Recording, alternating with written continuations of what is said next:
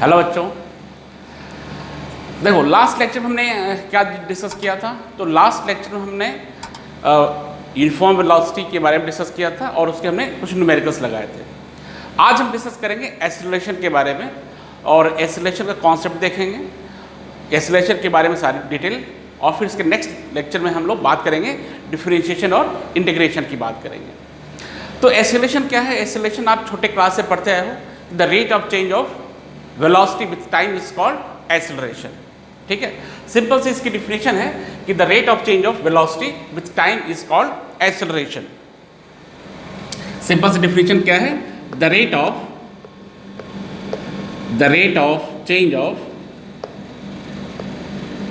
change of velocity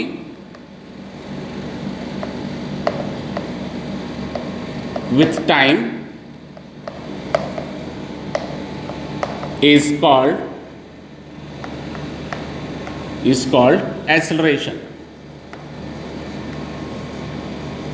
clear हो गया? ये डिफिनेशन आप छोटे क्लास से इसको पढ़ते भी आए हैं और आपको याद भी होगा मेरे हिसाब से।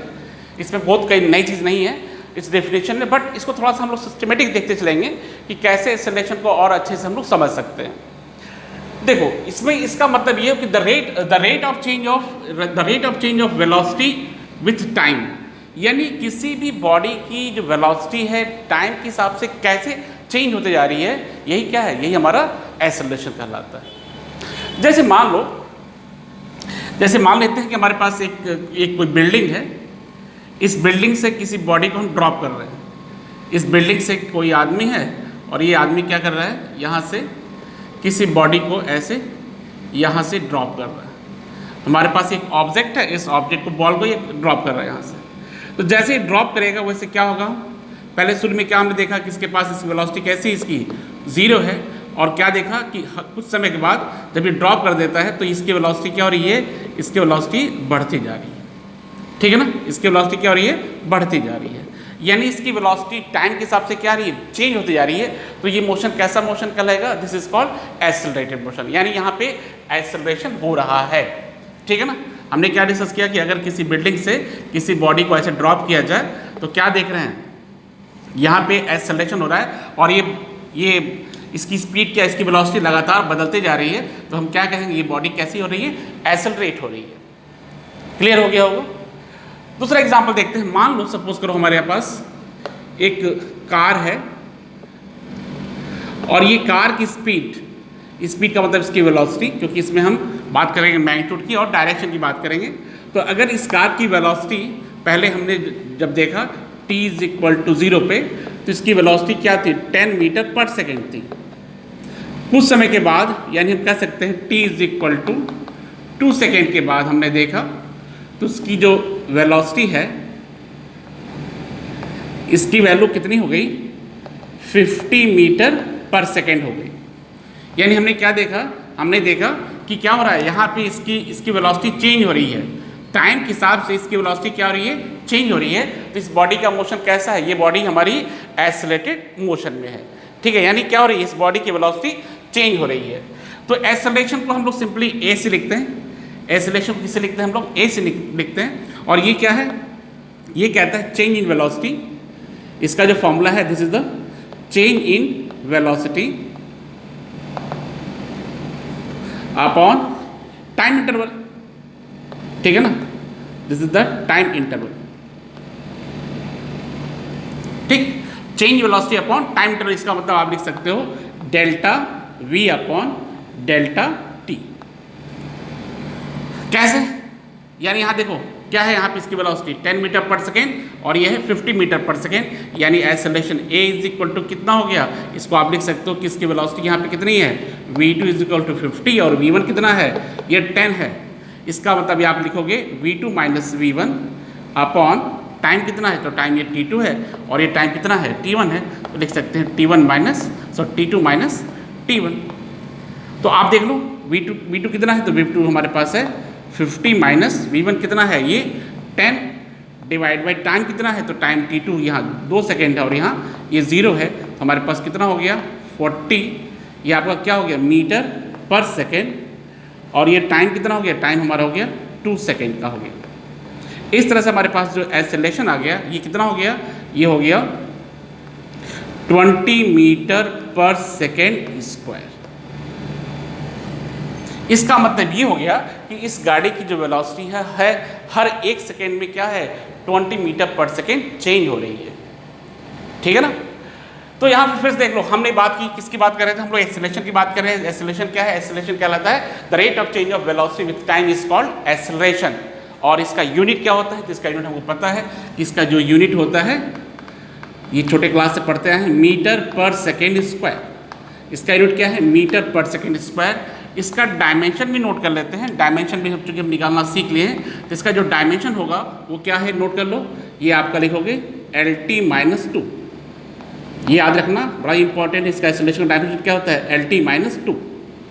ठीक है। और थर्ड चीज़ क्या है, ये कैसी क्वांटिटी है, थर्ड चीज़ कहोगे कि ये हमारी वेक्टर क्वांटिटी है। जो हमारे पास एक्सेलरेशन है ये क्या है, it is the vector quantity. ये कैसी क्वांटिटी है, वेक्टर क्वांटिटी है। तो वेक्टर क्वांटिटी के पास क्या होता है, वेक्टर क्वांटिटी के पास डायरेक्शन भी होता है। ठीक है, वेक्टर क्वांटिटी के पास क्या है, डायरेक्शन होता है। तो इसका डायरेक्शन क्या होता है, इसका मतलब एक्सेलरेशन डायरेक्शन क्या होगा, this direction is same as the direction is same as change in velocity, change in velocity. इसको याद रखिएगा, कैसे हम इसका डायरेक्शन निकालते हैं। डायरेक्शन क्या हो गया, डायरेक्शन बेसिकली क्या है, in the change in velocity, यानी चेंज इन वेलोसिटी का डायरेक्शन जिधर होगा वही क्या होगा, that is the direction of acceleration. ये बेसिक चीज़ है किसके लिए, ये बेसिक चीज़ हमारी क्या है, एक्सेलरेशन के बारे में है। और इसको और अब थोड़ा डिटेल्स के बारे में देखने की कोशिश करते हैं। तो एक्सेलरेशन के बारे में हम लोग और थोड़ा डिस्कस करते हैं। जैसे हमने कहा कि एक्सेलरेशन बेसिकली क्या है, the rate of change of velocity with time, यानी वेलोसिटी का रेट ऑफ चेंज। यानी अब बात ये करते हैं कि बॉडी की वेलोसिटी कैसे कैसे चेंज हो सकती है, किसी बॉडी की वेलोसिटी किस तरह से हम लोग चेंज कर सकते हैं। तो एक सिंपल सा एक तरीका देखो कि अगर हमारे पास, इसके बारे में हम लोग डिटेल में पढ़ेंगे फिर से आगे, अगर हमारे पास कोई बॉडी सर्कुलर मोशन में चलती है, ठीक है ना, अगर किसी बॉडी का जो पाथ है वो कैसा है, सर्कुलर मोशन है, ज़रा देखिए। ठीक है, अगर किसी बॉडी का जो पाथ कैसा है, ये सर्कुलर मोशन में है, यानी अगर इसकी वेलोसिटी यहाँ पे है, देख लो इसका मैग्नीट्यूड होगा, ठीक है, साथ में डायरेक्शन है। इस तरह से हम ये देखते हैं कि जब भी कोई बॉडी सर्कुलर मोशन करती है तो इसकी वेलोसिटी बार बार क्या है, बदलती जा रही है। इस यूनिफॉर्म मोशन में इसकी वेलोसिटी बदलती है, जबकि इसका स्पीड जो है वो कैसा है, कांस्टेंट है। इसका स्पीड कैसा है, कांस्टेंट है, बट इसकी वेलोसिटी कैसी है, लगातार बदल रही है। यानी अगर हम बात करते हैं इसकी वेलोसिटी क्या है, 10 मीटर पर सेकेंड ऐसे है। यहाँ पे डायरेक्शन आपको मेंशन है, डायग्राम में दिख रहा होगा। इस तरह से यहाँ आने पे इसकी वेलोसिटी का डायरेक्शन आपका यहाँ आ गया, इस तरह से डायरेक्शन यहाँ, यानी देखिए क्या हो रहा है, ये बार बार इसकी वेलोसिटी चेंज हो रही है ना, इसकी वेलोसिटी क्या हो रही है, चेंज हो रही है। इसका मतलब यहाँ पे क्या हो रहा है, यहाँ पे एक्सेलरेशन हो रहा है। इस मोशन में कैसा है, एक्सेलरेशन हो रहा है। और इस दौरान हमारे पास जो एक्सेलरेशन है इस वेलोसिटी के कैसा है, परपेंडिकुलर है। और ये एक्सेलरेशन कहाँ है, सेंटर की तरफ है। और आप देखे होंगे ये जो है इनके बीच में ये कैसा है, ये परपेंडिकुलर है, यानी वेलोसिटी और एक्सेलरेशन कैसा है, ये आपस में परपेंडिकुलर है। यानी ये हमारा जो circular motion is also known as accelerated motion. ठीक है, यानी एक हमारा तरीका है कि अगर कोई बॉडी सर्कुलर पाथ पे चलेगी तो ये मोशन क्या हो जाएगा, ये मोशन हमारा एक्सेलरेटेड मोशन हो जाएगा, क्योंकि इसकी वेलोसिटी बार बार लगातार बदल रही है। और यहाँ एक चीज़ और हमने देखा कि इसका एक्सेलरेशन है हमेशा वेलोसिटी के कैसा है, वेलोसिटी के परपेंडिकुलर है। वेलोसिटी के देखिए क्या है, हमेशा कैसा है, परपेंडिकुलर है। ठीक है ना। अच्छा, तो अब हम बात करते हैं सेकेंड टाइप ऑफ मोशन की, यानी वेलोसिटी को हमने बात देखा कि भाई वेलोसिटी के चेंज होने से एक्सेलरेशन हो रहा है। तो एक तुम्हारे हमने देखा कि ऐसे भी एक्सेलरेशन हो, यानी बॉडी यहाँ भी एक्सेलरेशन है। दूसरा हमने क्या देखा, यानी सर्कुलर मोशन हमारा क्या है, ये हमारा एक्सेलरेटेड मोशन हो गया। अब हम बात करते हैं, जैसे हमने एग्जांपल लिया था कि अगर किसी टावर से किसी बॉडी को ड्रॉप करते हैं, देखिए सिंपल है, किसी टावर से इसकी बॉडी को हम ड्रॉप करते हैं, तो यहाँ पे क्या देखा हमने, इसका मैग्नीट्यूड देखा क्या है कि हाँ इसका सिर्फ डायरेक्शन चेंज हो रहा है। यहाँ पे क्या देखते हैं, इसकी वेलोसिटी, देखो इसकी वेलोसिटी यहाँ पे डायरेक्शन, वेलोसिटी का डायरेक्शन तो चेंज नहीं हो रहा है यहाँ पे, बट इसका मैग्नीट्यूड क्या हो रहा है, यहाँ पे मैग्नीट्यूड इसका चेंज होता रहा है। इसका वेलोसिटी का मैग्नीट्यूड कैसा है, चेंज हो रहा है। यानी हम कह सकते हो कि अगर ये कोई बॉडी फ्रीली फॉल हो रही है ना, फ्रीली फॉली बॉडी भी कैसी मोशन है, ये भी हमारा मोशन कैसा है, एक्सेलरेटेड मोशन है। इसमें क्या है, वेलोसिटी क्या देखोगे, वेलोसिटी और एक्सेलरेशन वेलोसिटी का डायरेक्शन कैसा है, नीचे की तरफ है, और हमारे जो एक्सेलरेशन है यानी वो भी कैसा है, नीचे की तरफ है। तो ये जो एक्सेलरेशन होगा वो क्या होगा, वेलोसिटी के या तो पैरेलल होगा, या अगर इसका दूसरा एग्जांपल ले लें कि अगर हम बॉडी को क्या करें, किसी बॉडी को हम ऊपर की तरफ फेंक देना, अगर किसी बॉडी को ऊपर की तरफ फेंके तो क्या होगा, देखो हमारे पास वेलोसिटी ऊपर हो जाएगी और एक्सेलरेशन कहाँ हो जाएगा, एक्सेलरेशन जी हमारा नीचे हो जाएगा। तो ऐसे कंडीशन में भी हमारी ये मोशन कैसा, ये हमारा मोशन एक्सेलरेटेड मोशन ही कहलाएगा। बट ऐसे अंतर क्या होगा, यहाँ v और g के डायरेक्शन कैसे हैं, वेलोसिटी और एक्सेलरेशन डायरेक्शन सेम है, और यहाँ पे कैसे हैं, ये एंटी पैरेलल और ये कैसे हैं, एंटी पैरेलल है। ठीक है, यानी ये मोशन एक्सेलरेटेड है, ये मोशन भी एक्सेलरेटेड मोशन है। एक एग्जांपल और देख लेते हैं हमारे पास, जिस तरह से हमारे पास क्या है, एक प्रोजेक्टाइल, इसके बारे में पढ़ोगे आप, इन सारे मोशन के बारे में हमको आगे डिटेल पढ़ना है। अगर हम बात करते हैं किसी प्रोजेक्टाइल मोशन की बात करते हैं, तो ये मोशन भी कैसा है, एक्सेलरेटेड मोशन है। ये मोशन भी कैसा है, एक्सेलरेटेड मोशन। जैसे बॉडी यहाँ से चल करके किसी जगह पहुँच रही है, मान लो यहाँ पहुँच रही है ना, तो इसके वेलोसिटी के दो कंपोनेंट हो जाएंगे, एक हॉरिजॉन्टल हो जाएगा, ये आगे डिस्कस करोगे, बहुत ज़्यादा परेशान होने की जरूरत नहीं यहाँ पे, बट आपको आगे डिस्कस करेंगे। यहाँ तो बस हम बात करें कि कैसे एक्सेलरेशन अप्लाई कर सकते हो। तो यहाँ पे देखो ये वेलोसिटी के दो कंपोनेंट हो जाएगा, एक हॉरिजॉन्टल कंपोनेंट हो जाएगा, दूसरा वर्टिकल कंपोनेंट हो जाएगा। ठीक है, यानी यहाँ पे क्या होगा, यहाँ पे इस वेलोसिटी के लिए देखो, इस वेलोसिटी के लिए यहाँ जो एक्सेलरेशन होगा कहाँ होगा, जी नीचे की तरफ होगा, जो कि इस पे चेंज नहीं करेगा, कोई इफेक्ट नहीं करेगा।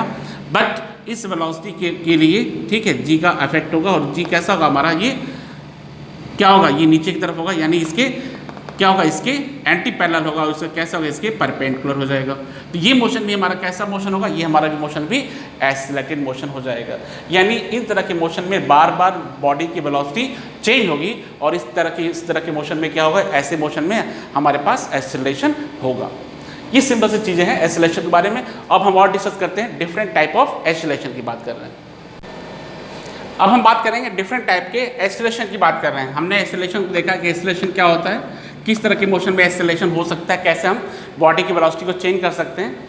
अब हम बात करते हैं डिफरेंट टाइप ऑफ एक्सेलरेशन की बात करते हैं। जैसे हमने डिफरेंट टाइप ऑफ वेलोसिटी की बात की थी, तो जिस तरह से डिफरेंट टाइप ऑफ वेलोसिटी होती थी, उसी तरह से यहाँ डिफरेंट टाइप ऑफ एक्सेलरेशन हो जाएगा। तो डिफरेंट टाइप ऑफ एक्सेलरेशन में पहला है that is called uniform acceleration. ठीक है, पहला क्या होगा, सिंपल सा डेफिनेशन आपको याद भी आ जाएगा तुरंत। ये पहला है that is the uniform acceleration. Uniform acceleration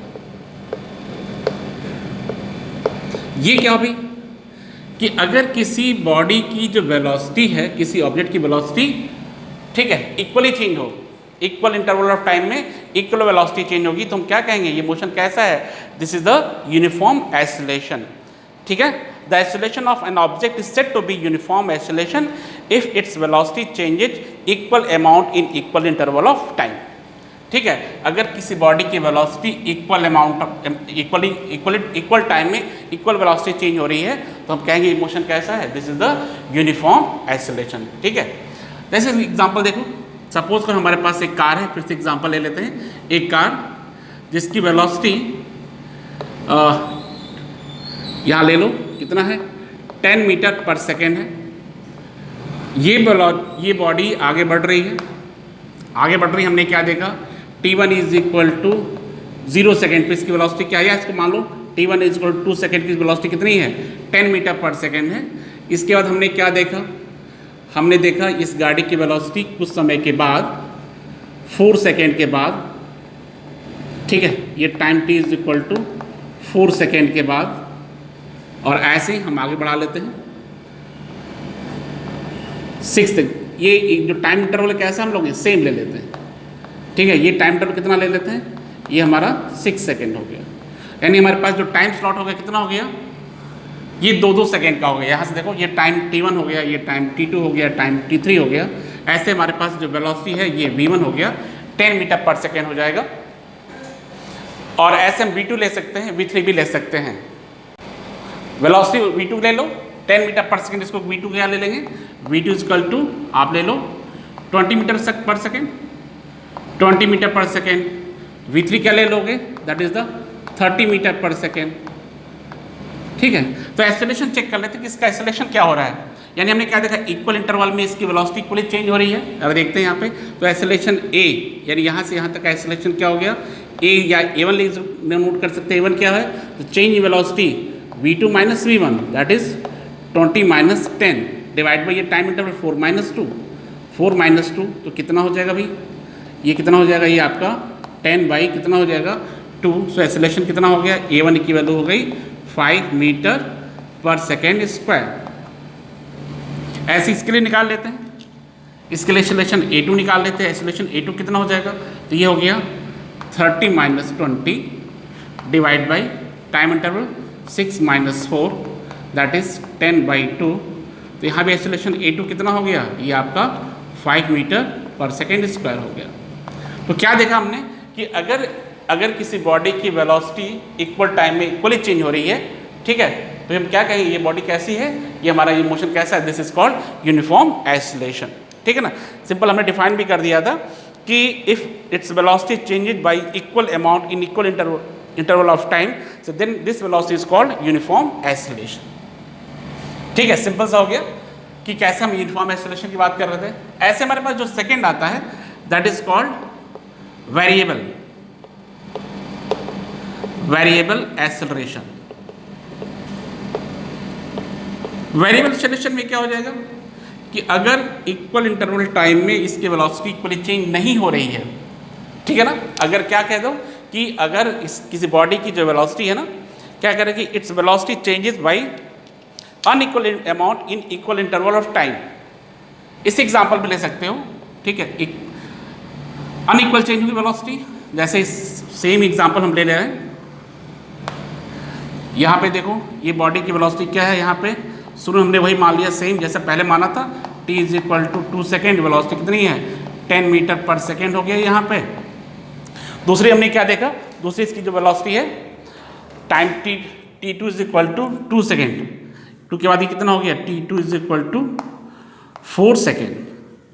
इसके वेलोसिटी यहाँ मान लेते हैं 25 मीटर पर सेकेंड है। इसके बाद इसकी वेलोसिटी कितनी जा रही है, इसकी वेलोसिटी कार की टाइम इंटरवल कितना है, तो टाइम इंटरवल हमारा t3 की वैल्यू है दैट इज 6 सेकेंड में इसकी वेलोसिटी मान लेते हैं 40 मीटर पर सेकेंड हो जा रही है। ठीक है, तो अभी क्या कर रहे हैं, इक्वल इंटरवल में अनइक्वल चेंज हो रहा है। ठीक है, तो आप चाहो तो एक्सेलरेशन निकाल सकते हो। एक्सेलरेशन A1 जो हो जाएगा वो क्या हो जाएगा 25 माइनस 10 डिवाइड बाई 2, ठीक है ना, तो ये हो जाएगा 15 by 2 that is 7.5 metre per second square. ठीक है, इसका देख लो क्या हो जाएगा, इसमें हो जाएगा, इसका A2 निकाल लेते हैं। A2 के लिए 40 माइनस 25 बाई 2, ठीक है, तो यहाँ देखो फिर से इसको 40 की जगह कुछ और ले लो, 40 की जगह मान लेते हैं ये 30 ले लेते हैं। ठीक है, तो ये क्या हो गया, ये 30 कर दो तो ये कितना हो जाएगा 30 माइनस 25 दैट इज ये हो गया 5 by 2 that is 2.5 metre per second square. ठीक है ना, तो ये क्या हो रहा है, इक्वल इंटरवल टाइम में इसकी वेलोसिटी क्या है, अनइक्वल चेंज हो रही है ना। इक्वल इंटरवल टाइम इसकी वेलोसिटी कैसी है, अनइक्वली चेंज हो रही है। तो देखो एक्सेलरेशन हमारा यहाँ 7.5 है और यहाँ एक्सेलरेशन कितना है 2.5 मीटर पर सेकेंड स्क्वायर है। इस तरह से ऐसे एक्सेलरेशन क्या कहते हैं, this is called variable acceleration. ठीक है, एक हो गया यूनिफॉर्म एक्सेलरेशन, दूसरा क्या हो गया, second is called variable acceleration. ऐसे हमारे पास क्या है, that is the third is called average acceleration. तो थर्ड तरह का जो एक्सेलरेशन है that is called average acceleration. ठीक है, एक होगा हमारा यूनिफॉर्म, दूसरा हो गया वेरिएबल हो गया, next is called average acceleration. तो एवरेज एक्सेलरेशन किसको कहेंगे, तो देखो एवरेज एक्सेलरेशन अभी हमने डिस्कस किया था वेरिएबल एक्सेलरेशन। वेरिएबल एक्सेलरेशन में क्या हो रहा था कि इक्वल इंटरवल टाइम में बॉडी की वेलोसिटी अनइक्वली चेंज हो रही थी, तो ये हमारा था वेरिएबल एक्सेलरेशन। तो अगर हम मान लेते हैं कि अगर हमारे पास कोई ऑब्जेक्ट है या कोई भी गाड़ी ऐसे है, तो इनकी अलग अलग दो वेलोसिटी, यानी ये मोशन कौन सा है, ये हमारा एक्सेलरेशन वेरिएबल एक्सेलरेशन है। तो वेरिएबल एक्सेलरेशन में हमने मान लिया कि अगर इसके पास वेलोसिटी यहाँ क्या है v1 है और यहाँ वेलोसिटी क्या है v2 है, जो टाइम इंटरवल है यहाँ हमारा यहाँ पे टाइम t1 है और ये टाइम क्या है t2 है। ठीक है, यानी हमने क्या, ये हमारी क्या, कौन सा एक्सेलरेशन इसमें है, वेरिएबल एक्सेलरेशन है, जिसमें अनइक्वल इक्वल इंटरवल टाइम में इसकी वेलोसिटी अनइक्वली चेंज हो रही है। तो ये हमारा कैसा मोशन है, ये हमारा ये वेरिएबल एक्सेलरेटेड मोशन में है। हम बात करने जा रहे हैं एवरेज एक्सेलरेशन की। तो एवरेज एक्सेलरेशन को कैसे डिफाइन करेंगे? देखो सिंपल है कि आप एवरेज एक्सेलरेशन को डिफाइन कर लो।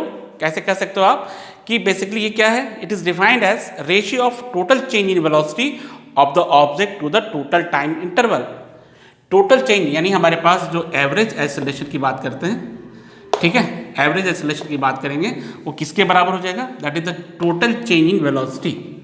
So total change in velocity मतलब रेशियो है किसका, v2 minus v1 upon total time interval that is t2 minus t1। ठीक है ना, ये क्या हो गया, v2 minus v1 upon t2 minus t1। यही क्या है, this is called average velocity. इसको हम चाहो तो चेंज वेलोसिटी को डेल्टा v भी लिख सकते हैं और यहाँ पे लिख सकते हैं डेल्टा t। तो इस तरह से हमारे पास जो एवरेज एक्सेलरेशन क्या कहलाएगा। सो एवरेज एक्सेलरेशन को लिखने का तरीका क्या हो गया कि ये बेसिकली क्या है, ये रेशियो है, ठीक है, it is the ratio of total change in velocity of the object to the total time interval. Total change in velocity upon total time interval ही हमारा क्या है, this is called average acceleration. तो अगर हम एवरेज एक्सेलरेशन को समझ गए तो इसके साथ हम एक काम और कर सकते हैं। हमारे पास एक और तरह का एक्सेलरेशन है जो बड़ा इंपॉर्टेंट है, इसी को अच्छे से और समझना है, that is called instantaneous acceleration. ठीक है, that is called instantaneous acceleration.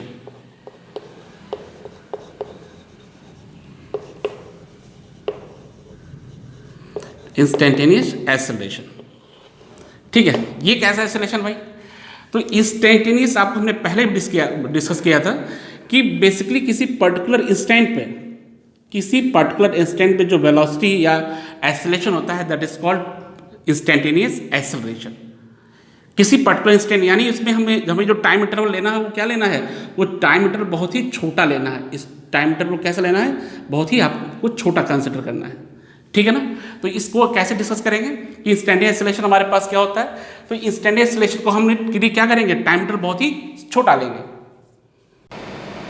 तो इंस्टेंटेनियस एक्सेलरेशन क्या हो गया, आपको समझ में आ गया। क्या कहता है कि किसी पर्टिकुलर इंस्टेंट पे जो एक्सेलरेशन होगा that is called instantaneous acceleration. अब कह सकते हैं कि जो इंस्टेंटेनियस एक्सेलरेशन है वो एवरेज एक्सेलरेशन की लिमिटिंग वैल्यू है, ठीक है। एवरेज एक्सेलरेशन की limiting value that is called instantaneous acceleration. हमने क्या बताया, किसी पर्टिकुलर इंस्टेंट के लिए जो टाइम इंटरवल होगा वो कैसा होगा, बहुत ही छोटा का मतलब क्या होगा, इसकी लिमिटिंग वैल्यू, लिमिटिंग मतलब उसको कहते हैं डेल्टा t टेंस टू 0। तो देखो कैसे हम लिखते हैं, एवरेज इंस्टेंटेनियस एक्सेलरेशन को लिख दो a से, और ये a कैसे निकलेगा, तो ये निकलेगा इसकी लिमिटिंग वैल्यू क्या है, एवरेज एक्सेलरेशन की लिमिटिंग वैल्यू। तो आप लिख सकते हो लिमिट, इसको क्या कहते हैं मैथमेटिक्स में, इसको हम लिखते हैं लिमिट। किसको लेना है, delta v upon delta t। यानी हमने क्या किया, बहुत सिंपल तरीके से एवरेज एक्सेलरेशन की का लिमिट ले लिया, और लिमिट क्या कहता है, यहाँ पे जो इंटरवल कैसा होगा, बहुत ही छोटा होगा, जिसको लिखते हैं delta t tends to 0, delta t tends to 0। यानी ये इंस्टेंटेनियस एक्सेलरेशन निकालने के लिए जो टाइम इंटरवल बहुत ही छोटा लेना पड़ेगा, उस छोटे का मतलब डेल्टा t टेंस टू 0। तो इसको लिखा क्या जाता है, इसको लिखा जाता है that is the dv upon dt। So acceleration a is equal to dv upon dt। ये बहुत ही देखने बड़ा सिंपल सा लग रहा है, लेकिन ये बहुत ही इंपॉर्टेंट रिलेशन है, और यहीं से हम लोग हमारे पास स्टार्ट होता है कॉन्सेप्ट डिफरेंशिएशन का। याद करो, इसके पहले हमने एक चीज़ और डिस्कस की थी, क्या कि velocity v is equal to rate of change of displacement that is dx upon dt। और dx अपॉन dt हमने क्या कहा था, this is the first order derivative, यानी रेट, ये क्या है, ये rate of change of displacement with respect to time है। ये हमारा वेलोसिटी है, और ऐसे ही हमारा क्या हो गया, ये हमारा एक्सेलरेशन है, ठीक है ना। तो हम क्या कह सकते हैं कि एक्सेलरेशन है a इज इक्वल टू, देखो a is equal to dv upon dt। तो हम कहेंगे कि acceleration is first order derivative, यानी देखो क्या करें, d अपॉन dt, ठीक है, यानी d upon dt this is called derivative. So क्या कहेंगे, दिस इज कॉल्ड डेरिवेटिव। चूंकि एक ही बार डेरिवेट कर रहे हैं तो इसको बोलेंगे acceleration is first order derivative of velocity with respect to time. What is acceleration, acceleration is first order derivative of velocity with respect to time. So A is equal to, तो लिखेंगे क्या, A is equal to D V upon D T. अब देखो v को क्या लिख सकते हो, v को D x upon D T लिख सकते हैं। तो यहाँ दोबारा देखो d अपॉन डी टी हो गया, और v को हमने क्या लिखा है कि D x upon D T लिख सकते हैं, D x upon D T लिख सकते हो। तो a को देखो दोबारा समझने की कोशिश करना, a को क्या लिख सकते हैं, d अपॉन डी टी, ये फर्स्ट ऑर्डर डेरिवेटिव, फिर से d upon D T, this is the second order derivative किसका, डिस्प्लेसमेंट का।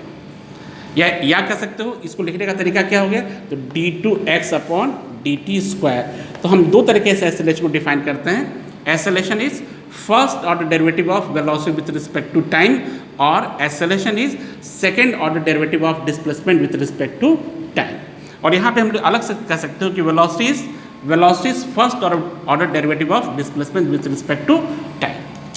तो ये क्या चीज़ है, ये क्या बार बार ये डेरिवेटिव बार हम बार यूज़ कर रहे हैं। तो बेसिकली ये हमारा टर्म डिफरेंशिएशन कहलाता है, और इसी को हम लोग आगे अपने जो नेक्स्ट लेक्चर में है डिफरेंशिएशन की बात करेंगे, वहीं पे हम लोग इसके न्यूमेरिकल्स, एसोलेशन के जो न्यूमेरिकल्स है हम लोग वहाँ पे आसानी से लगा सकते हैं।